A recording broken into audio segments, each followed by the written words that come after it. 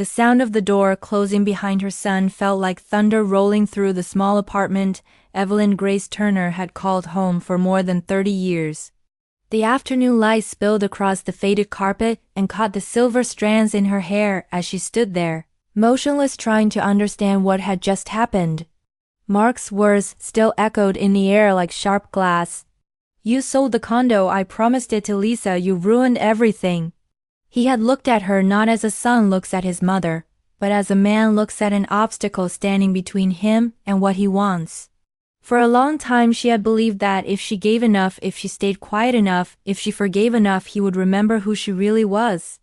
But the truth had settled slowly like dust on the furniture. He no longer saw her at all. Evelyn sank into the armchair her late husband Thomas used to sit in every evening with the newspaper. She could still see him there, smiling over his glasses, asking her about her day. He had been gone 7 years now, but the memory of his voice was so vivid that for a moment she almost turned, expecting him to answer. Instead, there was only silence, the kind that feels heavy enough to crush your ribs. She reached for the worn photo on the side table, the one from their 30th anniversary, and whispered, "I did what I had to Tom. I finally said no." Outside rain began to fall, tapping softly against the window, and she realized she wasn't crying. Not this time. The next morning, she woke earlier than usual and brewed coffee in the old metal percolator Thomas had bought the year they married. The smell filled the apartment and wrapped around her like comfort. She poured herself a cup and sat by the window, watching the street below come alive with delivery trucks and children on their way to school. Life continued as if nothing had happened, but something inside her had shifted. She wasn't afraid anymore. She took out the folder from the table, the one containing the sale documents for the condo, and placed it neatly into her bag. Today she would meet the buyer and finalize everything. The law office downtown was quieter than she expected and smelled faintly of lemon polish and paper. That was where she met Daniel Ross. He looked to be in his late 40s. Tall and composed, with an ease that made people trust him before he even spoke. When he shook her hand, he did it gently but firmly, as though assuring her that she wouldn't have to stand alone. "Mrs. Turner," he said, his tone steady, "I'll make sure everything about this sale goes smoothly. You won't have to worry." She nodded, still uncertain of herself, but something in his eyes reminded her of the steady patience Thomas used to have. They sat together reviewing documents, his pen gliding easily across pages while he explained every detail. Most lawyers she had met in her life were brisk and distant, but Daniel was different. When she didn't understand something, he didn't rush. He leaned forward slightly, as though speaking to an equal, not a client.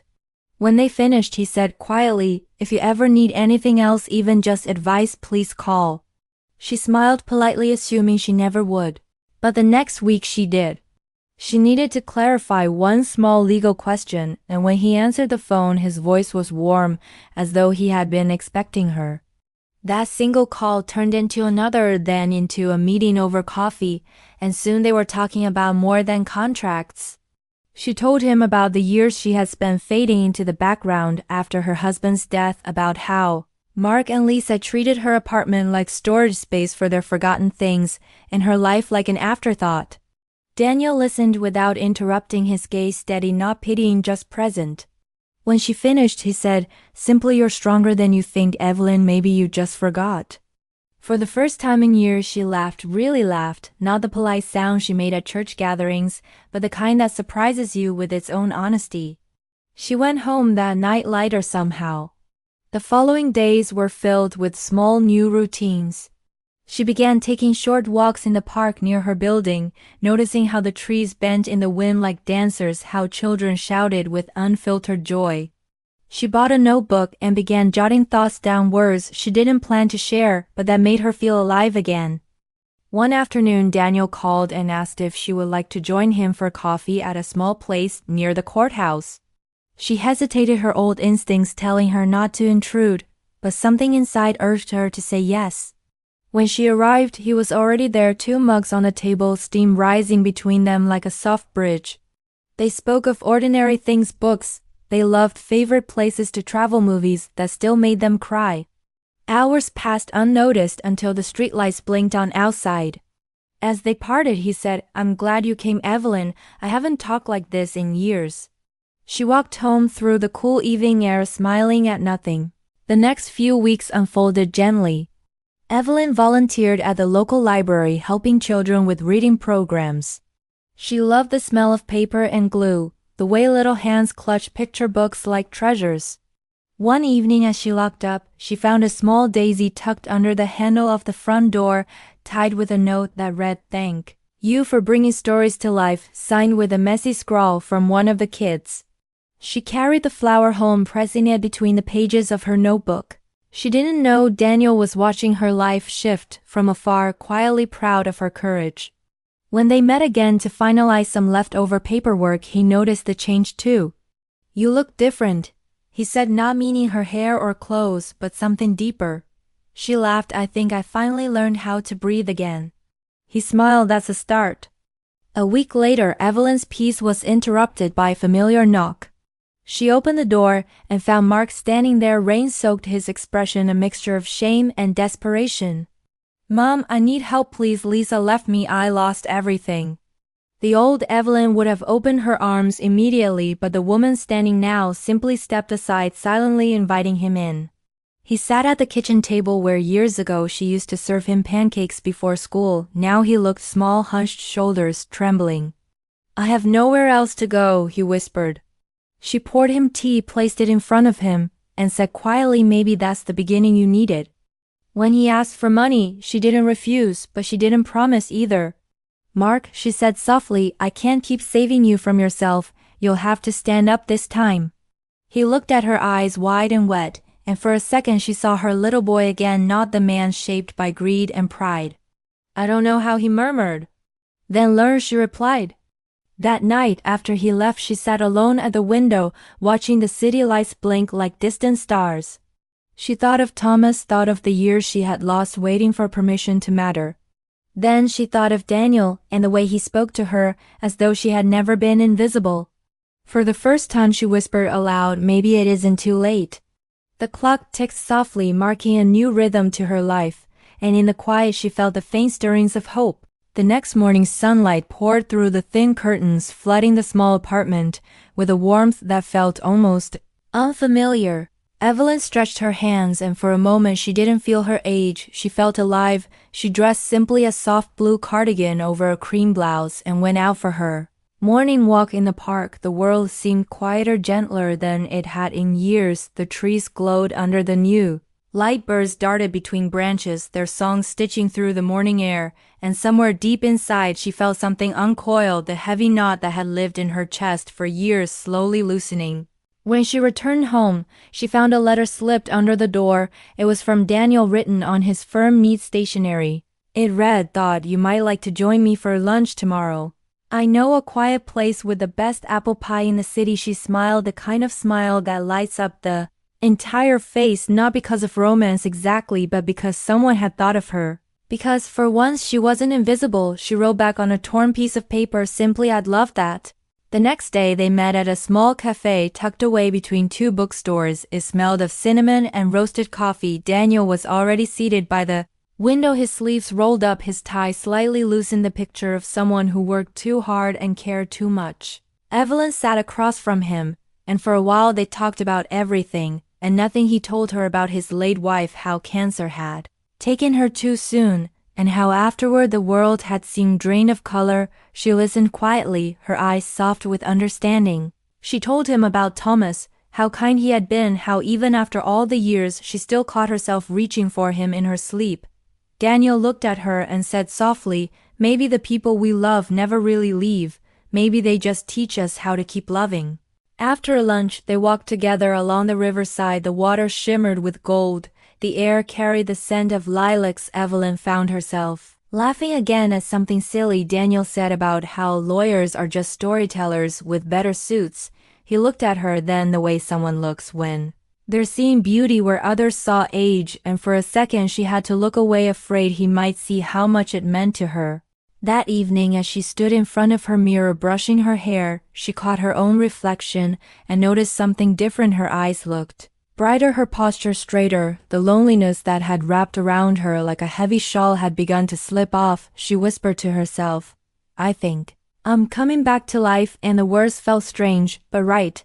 Over the next few weeks, Evelyn began to change her days filled with small, deliberate acts of joy. She rearranged her apartment, moved the old armchair to catch more light, bought herself a vase of fresh lily every Sunday. She started reading again poetry, mostly lines that reminded her that beauty doesn't belong only to the young. She went to the library, and one of the little girls she helped hugged her tightly, saying, You smell like sunshine. Evelyn laughed, tears catching in her throat. One Friday evening, Daniel called and said, I have 2 tickets to a small theater play. Would you come with me? She hesitated, but then said yes before her doubts could speak. The play was about second chances and the courage to begin again. When the doubts could speak, the play with the curtain closed, Evelyn sat silently, her hands trembling. Daniel reached over, gently took her hand in his and said softly, It's never too late for another beginning. She didn't pull away, she just let the warmth of his hand steady her heartbeat. After that night, they saw each other more often, sometimes for coffee, sometimes for walks. Daniel would tell her stories about the strange cases he'd handled, and she would share memories of her students from when she was a teacher. They laughed so easily together that even the waitress at the cafe started calling them her favorite couple. Once Evelyn blushed, but didn't correct her when Daniel heard it. He only smiled and said maybe she's not wrong, and Evelyn's heart fluttered like it hadn't in decades. Then one afternoon, Mark returned again, this time without warning, his face hard and eyes desperate. He pushed open the door and said, Mom, I need money. I have debts, you can't just turn your back on me. She froze but didn't cower. Daniel, who had been visiting, was sitting at the table and stood up calmly, saying, Mark, your mother doesn't owe you anything. Mark's eyes flared. Who are you to tell me that? He snapped. Daniel didn't raise his voice. I'm someone who respects her, something you might try for. Once Evelyn stepped between them and said, Enough, both of you. Mark, I've helped you your entire life, and you've mistaken my love for weakness. That ends now. Mark's face twisted with anger, but then broke into something like grief. His voice cracked. I just don't know what I'm doing anymore. Everything I touch falls apart. Evelyn softened her tone. Then find something worth holding on to. That isn't money, son, because that's all that's left for you. Now he stared at her, and for the first time in years she saw tears in his eyes. He left without another word. When the door closed, she turned to Daniel, her body shaking from the storm that had passed. He took her hands, steadying them, saying quietly, You are strong, Evelyn, stronger than anyone I know. She looked at him, her voice small but firm. I think I've been scared of losing everyone again. He smiled. You didn't lose anyone, you found yourself. That night she couldn't sleep. She sat on the balcony, the city below her alive with light. Daniel's words echoed in her head.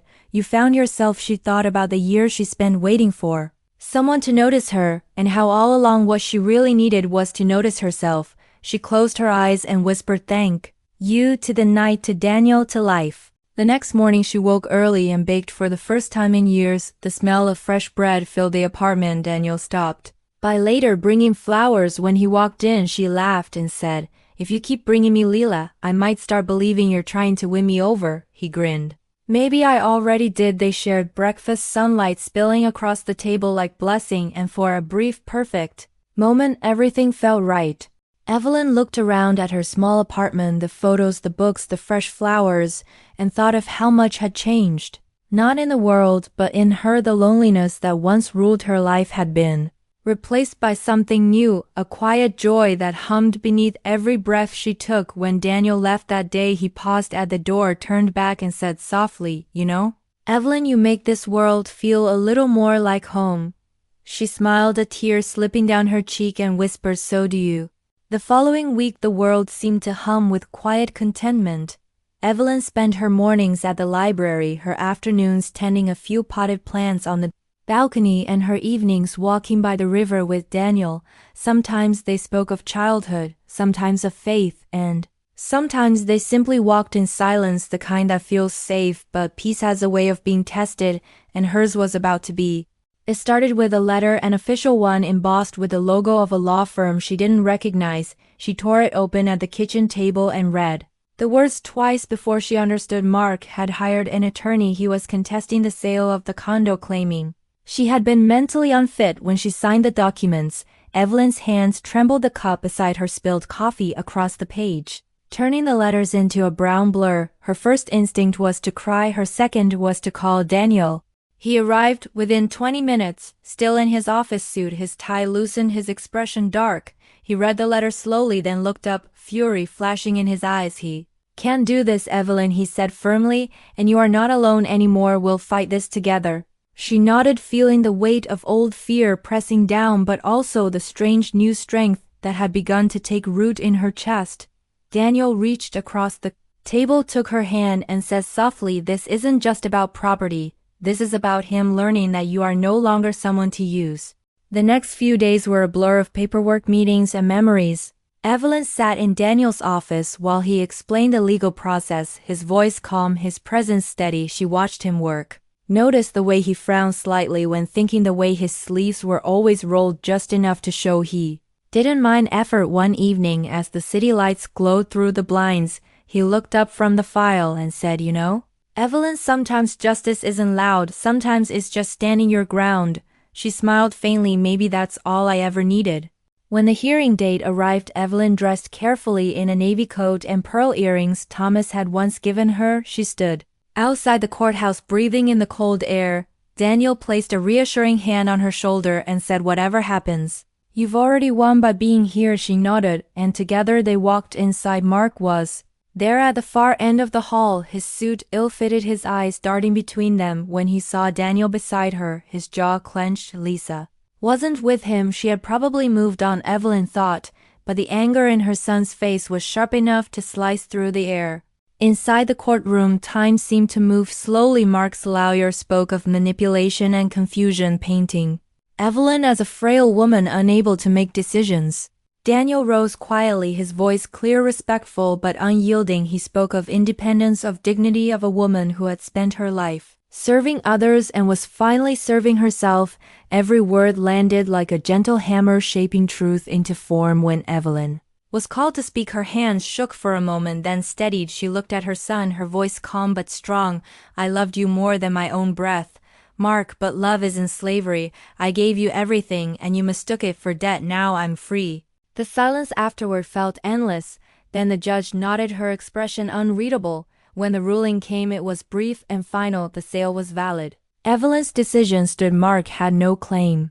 Evelyn exhaled a breath. She hadn't realized she was holding Daniel. Turned to her, eyes soft with relief. "You did it," he whispered. She smiled a tired smile. "We did it outside the courthouse."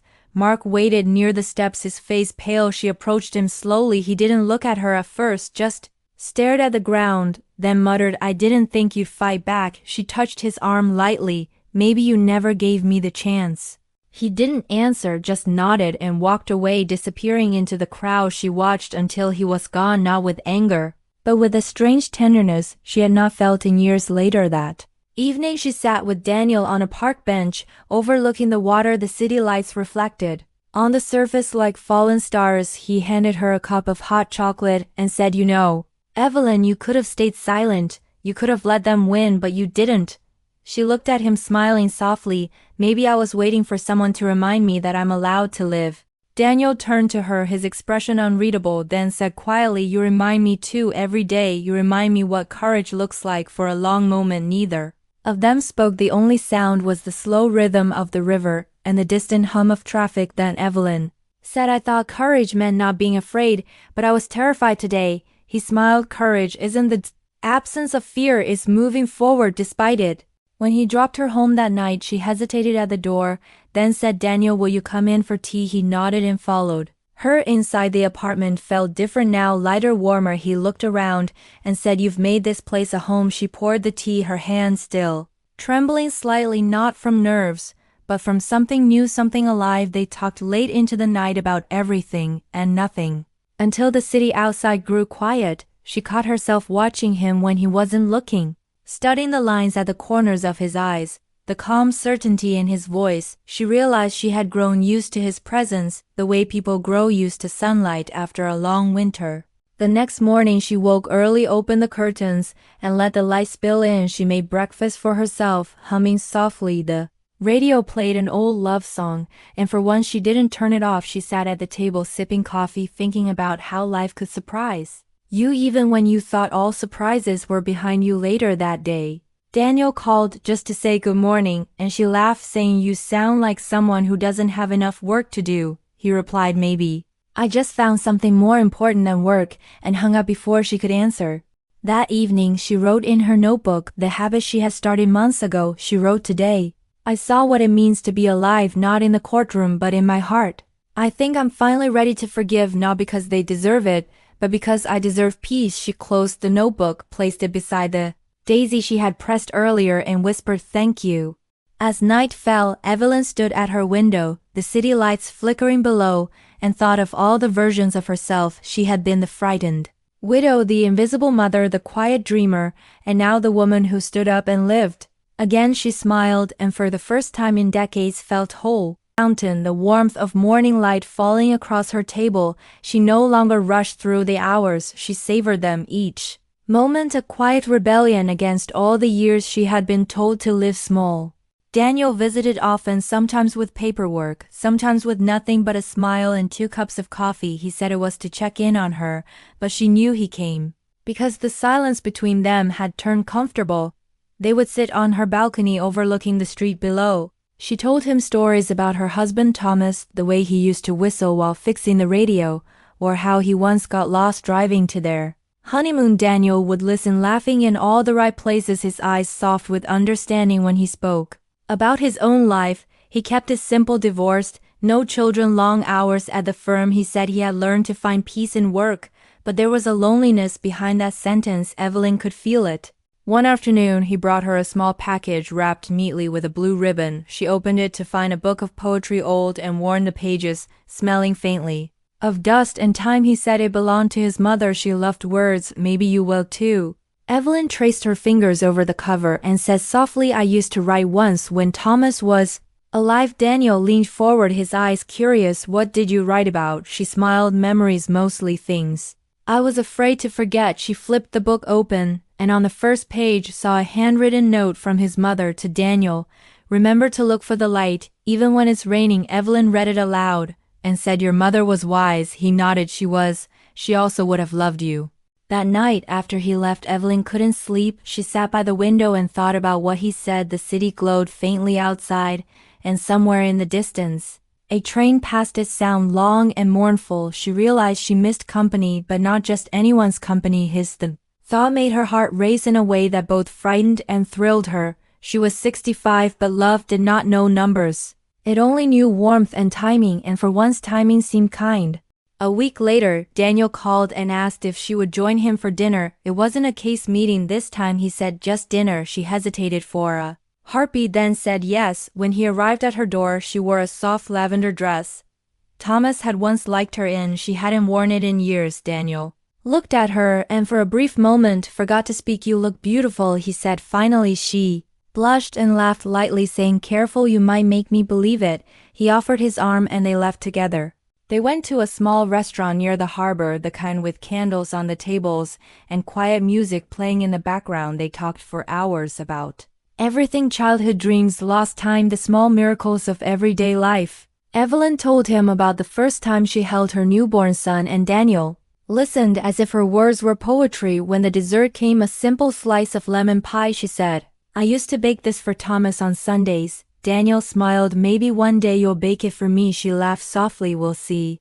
After dinner, they walked along the pier, the air cool and the water reflecting 1,000 city lights. She leaned against the railing, watching the gentle movement of waves. Daniel stood beside her, close enough that she could feel the warmth of his arm. She said quietly, do you ever think it's too late to start over? He looked at her and said, no, it's only too late when you stop believing something good can still happen. She turned to him, her eyes catching his for a long moment. No words passed between them, only the unspoken truth that something had already begun. Over the next few months, their lives intertwined in small, steady ways. Daniel would bring her flowers without reason. She would bring him homemade soup. When he worked late, they started attending local art shows and weekend markets together. He once painted her portrait at a community fair, laughing that it looked more like a mystery novel cover than a likeness. She kept it anyway, hanging it in her hallway where the light hit it perfectly. In the afternoons, she began writing again, not long essays, but short passages about love and resilience, words that felt like breathing after a long silence. One evening they were sitting in the park watching the sunset streak the sky in gold and rose. Evelyn said, "I sometimes feel guilty for being happy after everything that happened." Daniel turned to her and said, "Happiness isn't betrayal, Evelyn. It's survival. You earned every bit of it." She nodded and felt tears sting her eyes. He reached out and took her hand. Quietly, no grand gesture, no speech, just the soft certainty of presence. It was enough. But life still had its echoes. One afternoon she received a call from Mark. He sounded different, tired, broken. He said, "Mom, I'm sorry, I was wrong. I lost everything. Lisa left me, and I don't even know who I am anymore." She sat in silence for a moment, then said, "Come over." When he arrived later that evening, he looked older, his eyes duller, his shoulders heavy. He broke down in her living room sobbing. Like a child she held him, and for the first time in years she felt no anger, only compassion. Daniel came by later, saw them together, and quietly said, "I'll come back tomorrow." Evelyn shook her head. "Stay," she whispered. He stayed.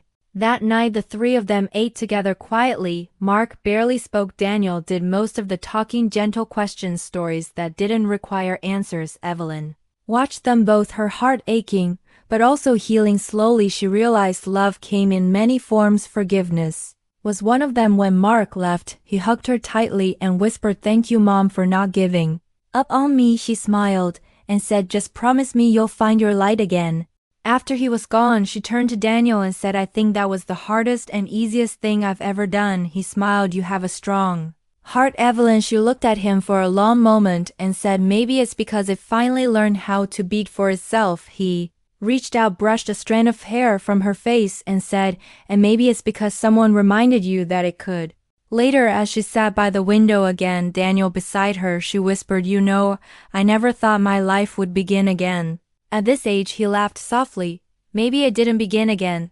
Maybe it just continued exactly where it was meant to. She looked at him smiling and said, "Maybe you're right." Outside, the city shimmers softly, the world vast and kind and new. She rested her head on his shoulder, and for the first time in her life she didn't feel invisible. She felt seen, loved, and free. He found a small job at a repair shop and started therapy for the first time. He called her every few days and sometimes came for dinner. Evelyn didn't forget the hurt, but she let forgiveness take the place of bitterness. One evening when he arrived with a small bouquet of wildflowers, she felt something inside her finally rest. He told her, "Mom, you saved me." She smiled and said, "No, Mark, you saved yourself. I just waited long enough for you to remember who you were." Daniel became a permanent part of her days. He didn't live with her, but it felt like he did. His presence filled the space between morning and night. They shared small rituals, making tea at 6, reading quietly before bed, walking by the harbor on Sundays. One afternoon he brought her to a little plot of land outside the city surrounded by trees and a narrow stream. He said, "I bought this place, thought maybe we could build something together." She looked at him, surprised. "What would we build?" He smiled, "A house, or maybe just peace, whatever you want, Evelyn." They started spending weekends there, cleaning, trimming the grass, talking about everything and nothing. She painted again, her hands shaky but sure. Daniel built a wooden bench under an oak tree and carved their initials into it. She laughed when she saw it, said, "Aren't we a little too old for this?" He answered, "Maybe, but it feels right." She sat beside him and whispered, "It does." By spring the place began to look like a story, the kind you read when you want to believe in simple good things. Evelyn hung wind chimes near the porch so the breeze would sing. Daniel installed a small swing for her, saying, "Everyone deserves to fly a little." She told him, "You're ridiculous." He said, "Maybe, but you're smiling." She smiled wider. One morning while they were having breakfast outside, Evelyn looked across the table at him and said softly, "Daniel, do you ever wonder why we met?" He thought for a moment and said, "Maybe because we both needed a reason to start living again." She reached across the table and took his hand. "You gave me that reason." He shook his head. "No, Evelyn, you just needed someone to remind you of your own strength. You did all the rest." Later that year, they decided to hold a small gathering at the property, a celebration not of birthdays or anniversaries, but of beginnings. Mark came bringing his new girlfriend, kind and quiet and full of laughter. They set up lanterns in the trees and played soft music as the sun went down. People danced slowly under the lights. Evelyn watched from her chair, her heart full. Daniel came up behind her, placed a shawl on her shoulders, and said, "Cold?" She smiled, "Not at all." When the music slowed, Daniel offered his hand. Come dance with me. She laughed softly. You'll regret this. My knees aren't what they used to be, he said. I'll carry you if I have to. She took his hand and stood as they swayed under the lights. She rested her head against his chest, his heartbeat steady like a promise. He whispered, I love you, Evelyn. She closed her eyes and said, I know, and for once saying it didn't scare her. It felt like home. After everyone left that night, they sat on the porch together, the moon low and bright. Daniel said, I've been thinking about something. Evelyn raised an eyebrow. Should I be worried? He smiled. Depends on your answer. He reached into his pocket and pulled out a small velvet box. Her breath caught as he opened it. Inside was a simple silver ring. He said, I don't need vows or ceremonies, but I like to spend whatever time we have left making you laugh if you'll let me. She stared at him, tears welling, and said, Daniel, I don't need a ring to know I'm loved. He said, humor me then, and slid it onto her finger. It fit perfectly. She looked at it, shining faintly in the moonlight, and whispered, It's beautiful. He said, So are you. In the weeks that followed, their life took on a quiet rhythm. Every morning began with laughter. Every night ended with peace. Evelyn started writing a memoir. She called it Finding the Light. She filled its pages with stories of loss and rediscovery and love that arrives when you least expect it. Daniel helped her edit it, though he insisted she needed no corrections when the book was finally published. A few months later, it became a modest success. People wrote letters saying her story gave them hope.